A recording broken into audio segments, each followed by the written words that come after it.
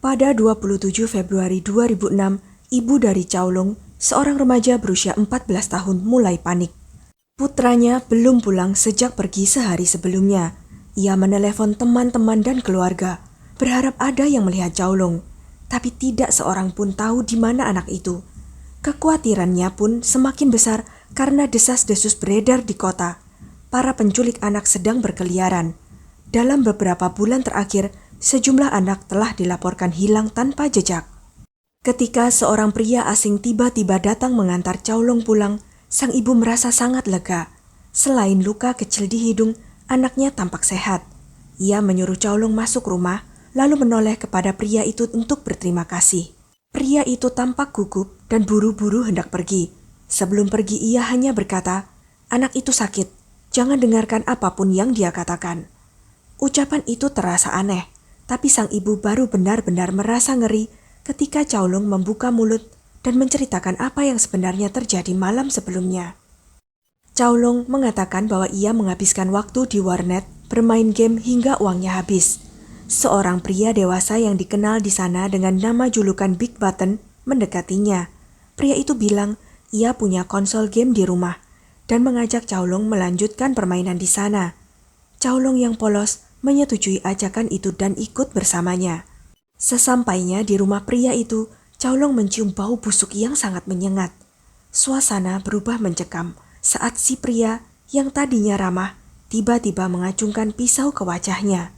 Dengan dingin, ia mengangkat spray dari tempat tidur dan di bawahnya tergeletak 4 mayat anak-anak yang sudah membusuk. "Kalau kamu tidak menurut, kamu akan menyusul mereka," kata si pria. Ketakutan luar biasa membuat Chaolong tidak berani melawan.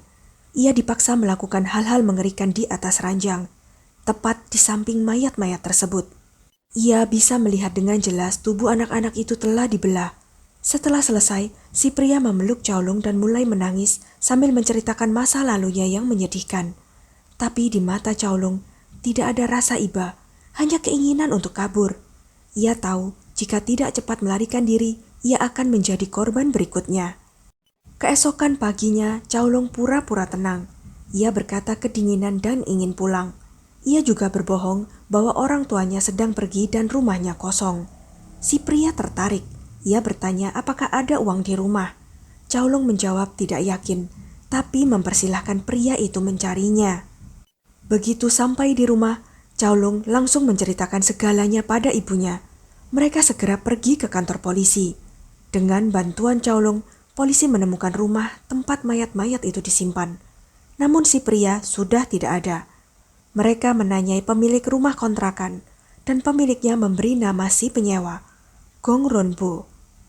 Gong Runbo lahir tahun 1973 di kota Jiamuxi, Provinsi Heilongjiang, Tiongkok, dekat perbatasan Rusia. Daerah ini dikenal dengan musim dingin yang brutal dan musim panas yang sejuk. Ia dibesarkan dalam keluarga sederhana. Orang tuanya bekerja di perusahaan milik negara yang memberinya sedikit kemudahan dalam hidup, termasuk kesempatan sekolah di lembaga milik perusahaan. Namun Gong Runbo tidak berprestasi secara akademis. Ia putus sekolah setelah SMP dan mulai magang di bengkel perusahaan, menguji suku cadang traktor. Tapi ia mengalami cedera kerja saat berusia 16 tahun. Karena dianggap terlalu muda, ia dipindahkan ke bengkel lain yang memproduksi alat-alat kerja. Rekan-rekannya menganggapnya pendiam dan penyendiri, tetapi pekerja keras. Setelah 2 tahun, ia menjadi teknisi resmi. Namun hidupnya mulai berubah drastis saat perusahaan tempat orang tuanya bekerja terkena dampak privatisasi di era 1990-an. Ribuan pegawai diberhentikan, termasuk orang tuanya. Mereka jatuh ke jurang kemiskinan. Ibunya mencari botol plastik untuk dijual ke tempat daur ulang, sementara ayahnya berjual di jalanan. Saat Gong Runbo berusia hampir 20 tahun, keluarganya berusaha menjodohkannya. Ia sempat memiliki pacar dari komunitas pabrik, tetapi ibu gadis itu menolak keras hubungan mereka. Kemudian, orang tuanya mencoba menjodohkannya dengan perempuan dari desa lain. Pernikahan hampir terjadi, tapi tiba-tiba ayah Gong Runbo meninggal karena pendarahan otak, dan semua rencana dibatalkan. Beberapa waktu kemudian, Gong Runbo menjalin hubungan dengan gadis lain yang ia temui di arena seluncur. Mereka sempat tinggal bersama meski belum menikah, hal yang tabu saat itu di Tiongkok. Namun hubungan itu berakhir tragis saat orang tua gadis itu mendapati mereka di jalan. Ternyata gadis itu baru berusia 13 tahun, sedangkan Gong Runbo sudah 23 tahun. Ia lalu ditangkap, diadili, dan dihukum 8 tahun penjara. Hidup Gong Runbo di penjara penuh penderitaan. Tubuhnya yang kurus, sifatnya pendiam, dan kejahatannya membuatnya menjadi sasaran empuk para napi lain. Ia diruda paksa beramai-ramai di dalam sel. Di rumah sakit penjara saat dirawat, ia mencoba bunuh diri dengan menyayat pergelangan tangannya. Tapi setelah kejadian itu, Gong Runbo berubah. Ia tidak lagi mau menjadi korban. Ia bergabung dengan para preman penjara dan mulai menyiksa narapidana yang lemah, melakukan hal-hal kejam yang sebelumnya dialaminya sendiri. Di lain pihak, ibu Gong Runbo tak berhenti menghadapi derita. Anak bungsunya juga dipenjara karena kasus perampokan. Dengan kesehatan yang makin menurun, ia harus bolak-balik mengunjungi 2 penjara berbeda. Akhirnya, ia menyerah, meninggalkan kota, dan menikah dengan pria baru demi bisa melanjutkan hidup. Gong Runbo diberi kesempatan untuk mengurangi masa hukumannya selama 9 bulan berkat kemampuannya bekerja di bengkel penjara yang juga berfungsi sebagai pabrik. Ia dibebaskan dari penjara pada tahun 2003. Gong Runbo kembali ke ibunya dan tinggal di rumah ayah tirinya yang baru. Ayah tirinya sudah memiliki seorang putra yang berusia 10 tahun lebih tua dari Gong Runbo. Baik ayah tirinya maupun saudara tirinya merasa khawatir karena mereka tahu Gong Runbo pernah masuk penjara dan tahu apa yang diperbuatnya di penjara. Saudara tirinya, Huang Qing, bekerja di perusahaan konstruksi milik ayahnya. Ia mengatakan bahwa ayahnya membenci Gong Runbo karena ia malas, ceroboh dalam bekerja, dan sering meminjam uang.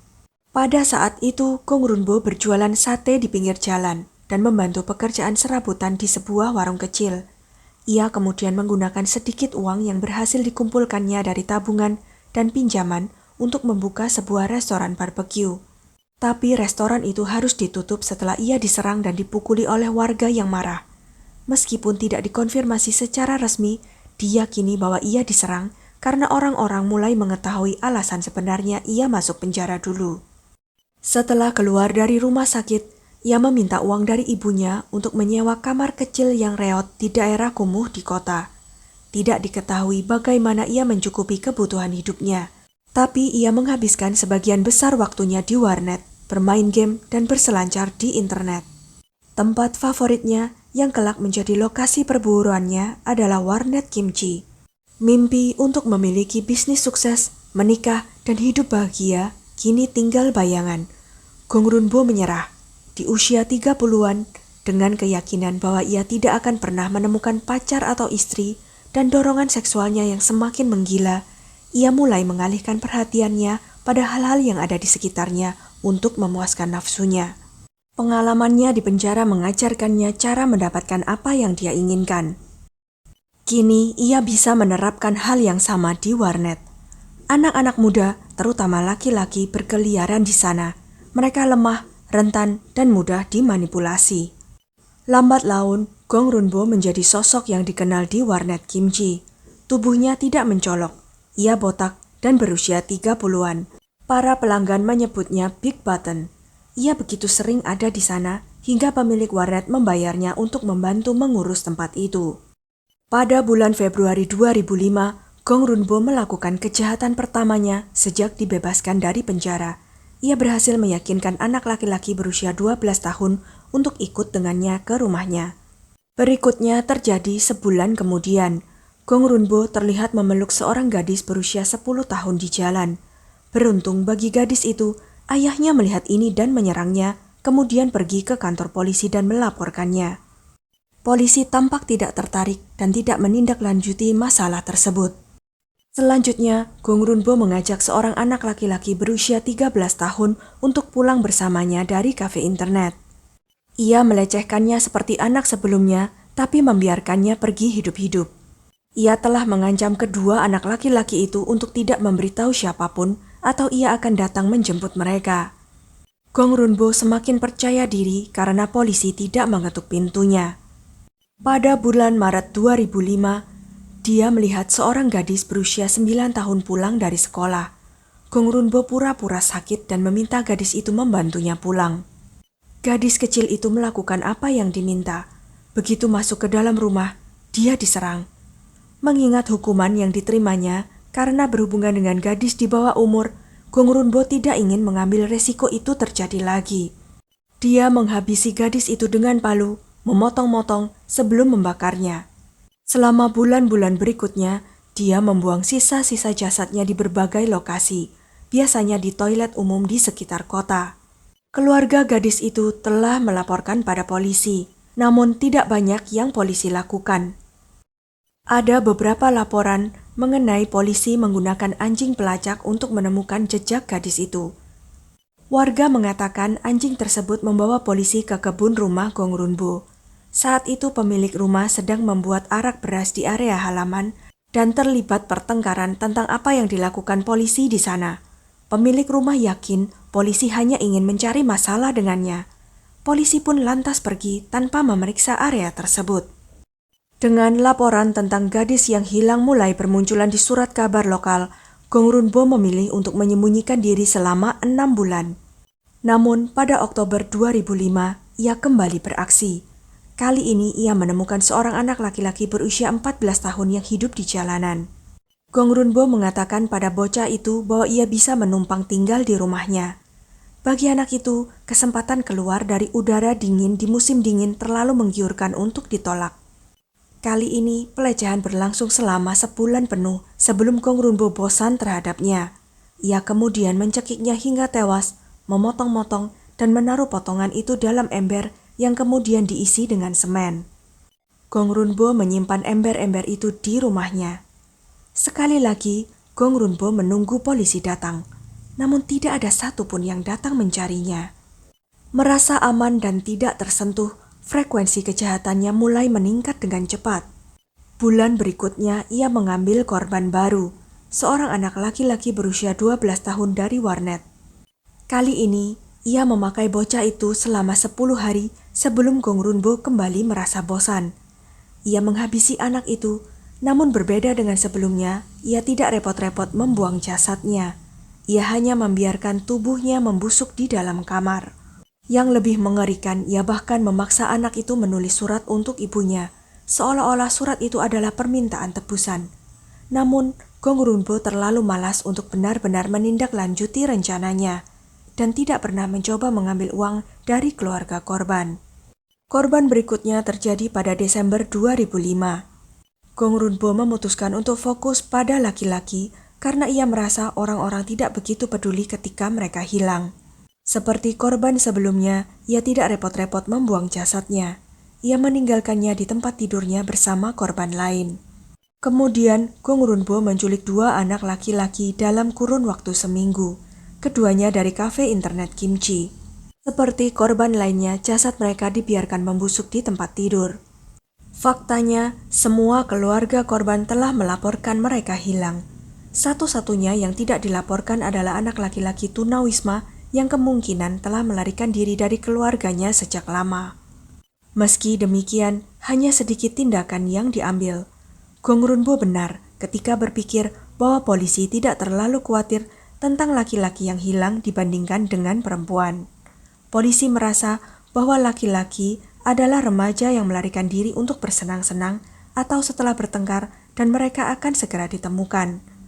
Dalam keputusasaan, keluarga membuat poster orang hilang sendiri dan menyebarkannya di seluruh kota.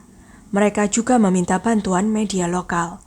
Hingga kemudian Cao Long dan ibunya melaporkan kejadian yang menimpanya ke polisi. Polisi lalu menindaklanjuti laporan tersebut dan pergi ke rumah yang disewa Gong Runbo dan menemukan mayat-mayat di tempat tidur. Jasad mereka sudah tidak lengkap. Mata, telinga, atau hidung telah diambil. Semua organ dalam mereka dikeluarkan. Beberapa organ ditemukan membusuk di dalam ember, yang lain dimasukkan ke dalam kantong plastik dan ditinggalkan di lantai kamar.